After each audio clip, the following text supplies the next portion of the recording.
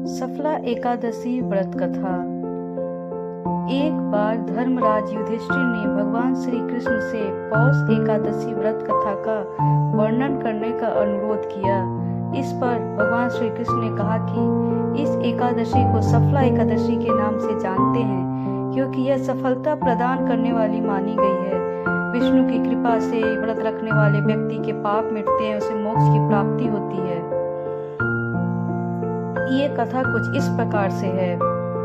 चंपावती राजा महिष्मान के 4 पुत्र थे। उनका सबसे बड़ा बेटा लुम्पक, दुराचारी, लोभी, कामी व मांस और मदिरा का सेवन करता था। वह संत जनों, देवी देवता का अपमान करता था। उसके इस व्यवहार से राजा महिष्मान काफी परेशान और चिंतित रहते थे। एक दिन वह इतना तंग आ गए कि उसे महल से बाहर निकाल दिया। वह अपनी गलत आदतों के कारण नगर में चोरी करने लगा, जिससे वहां के नागरिक भी परेशान हो गए। लुम्पक के पास एक जंगल में रहता था। वहां पर एक पीपल के पेड़ के नीचे नगरवासी पूजा करते थे।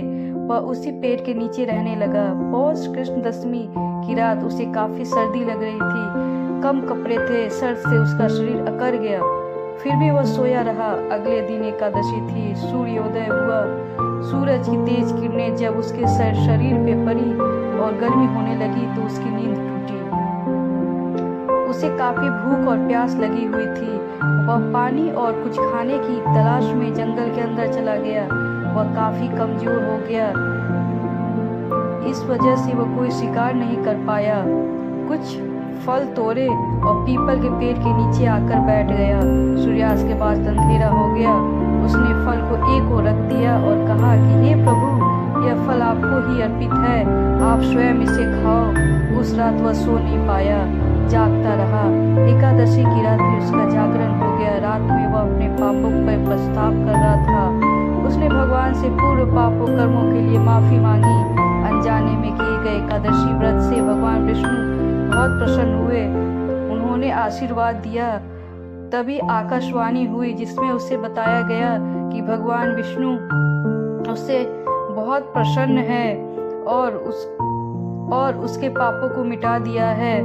भगवान विष्णु ने कहा कि तुम अपने पिता के पास महल में वापस जाओ, और मैंने तुम्हारे सारे पापों का नष्ट कर दिया है। काम काज में उनकी मदद करो, राजगद्दी संभालो। सुनकर लुम्पक ने भगवान विष्णु के नाम का जयकारा लगाया और फिर प्रसन्न होकर महल लौटने का मन बनाया। पूरी बात बताने के बाद भगवान वहां से अंतर ध्यान हो गए। और पूरी बात जानने के बाद पिता ने उसे माफ कर दिया और वह महल लौट आया और पिता ने उसे वहां का राजा बना दिया। लुम्पक धार्मिक कर्मों में समय देने लगा, राजपाट चलाने लगा। उसका विवाह हुआ और उसे संतान सुख प्राप्त हुआ।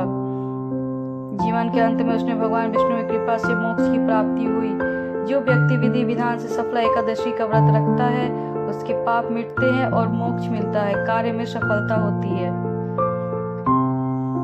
अगर आपको ये वीडियो पसंद आया हो तो लाइक, शेयर एंड सब्सक्राइब करें।